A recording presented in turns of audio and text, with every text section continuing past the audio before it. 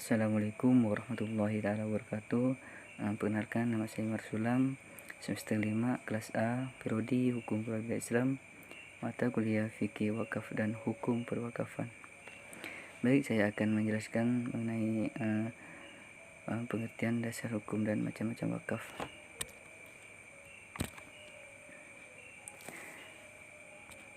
Pengertian wakaf di sini berasal dari bahasa Arab waqafa. Asal kata waqafa berarti menahan atau berhenti atau diam di tempat. Sedangkan kata kerjanya yaitu waqafa, waqufa, waqfan. Sama artinya habas, yahbisu, tahbisan.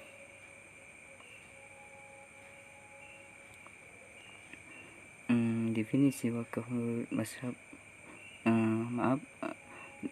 definisi wakaf menurut 4 mazhab di sini. Yang pertama, Hanafiyah. Wakaf adalah menahan harta dari otoritas kepemilikan orang yang mewakafkan dan menyedekahkan kemanfaatan barang wakaf tersebut untuk tujuan kebaikan. Berdasarkan pengertian ini, wakaf tidak memberikan konsekuensi hilangnya barang yang diwakafkan dari kepemilikan orang yang mewakafkan. Yang kedua, Malikiyah, yang mana memberikan manfaat sesuatu dan wakaf itu tidak melepaskan harta yang diwakafkan dari pemilikan wakaf. Namun, wakaf tersebut mencegah wakaf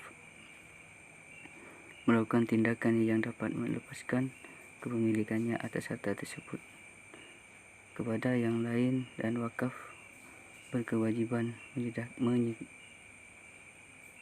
menyedekahkan manfaatnya serta tidak boleh menarik kembali wakafnya. Artinya, wakaf menurut Malikiyah tidak menghilangkan hak kepemilikan barang yang diwakafkan, namun hanya memutuskan hak pengelolaannya.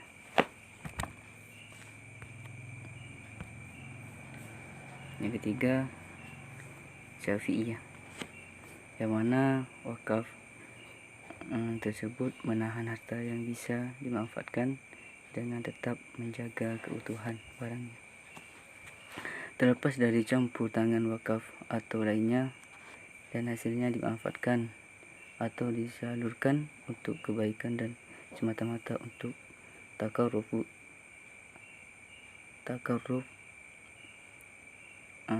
yang mana mendekat diri kepada Allah SAW.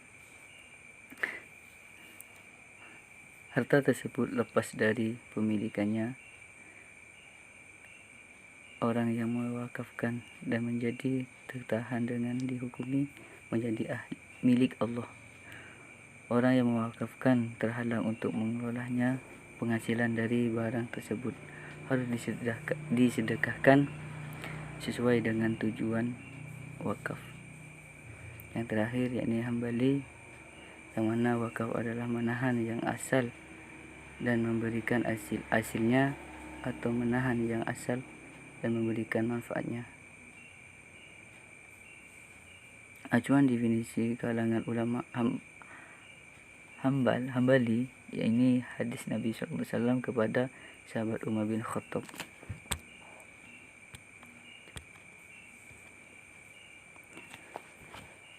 Ada 8 hal yang berkaitan dengan definisi wakaf. Yang pertama, menahan harta agar tidak digunakan secara pribadi. Yang kedua, berupa harta. Yang ketiga, melestarikan harta dan menjaga keutuhannya. Yang keempat, berulang-ulangnya manfaat. Yang kelima, wakaf langsung. Yang keenam, untuk keagamaan, kebaikan umum, sosial, dan lain-lain. Yang tujuh, keinginan wakaf. Yang terakhir, yakni ke-8, penjagaan atau pengelolaan wakaf.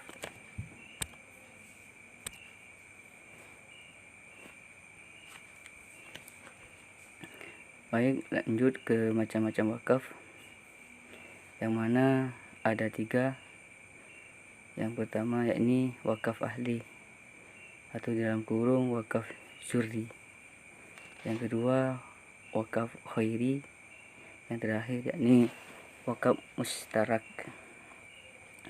atau wakaf gabungan, yang mana wakaf yang ditujukan pada keluarga dan masyarakat umum secara bersamaan.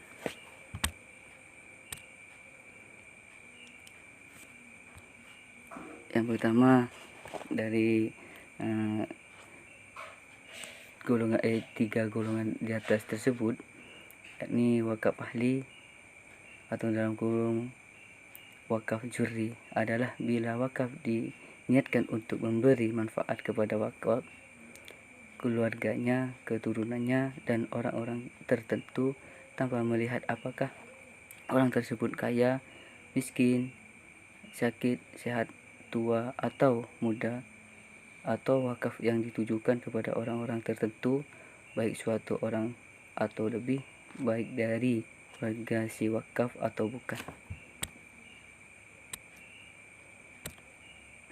Yang kedua, wakaf khairi, yang mana wakaf khairi adalah wakaf yang ditujukan untuk kepentingan umum. Wakaf khairi merupakan wakaf yang secara tegas diperuntukkan bagi kepentingan agama atau kemasyarakatan. Contohnya seperti wakaf yang diserahkan untuk keperluan pembangunan masjid, sekolahan, rumah sakit, panti asuhan, dan lain sebagainya. Yang terakhir yakni wakaf mustarak, yang mana wakaf mustarak merupakan wakaf yang manfaatnya ditunjukkan untuk keturunan wakaf dan masyarakat umum. Contohnya seperti yayasan yang berdiri di atas tanah wakaf, pembebasan sumur pribadi untuk digunakan oleh masyarakat luas.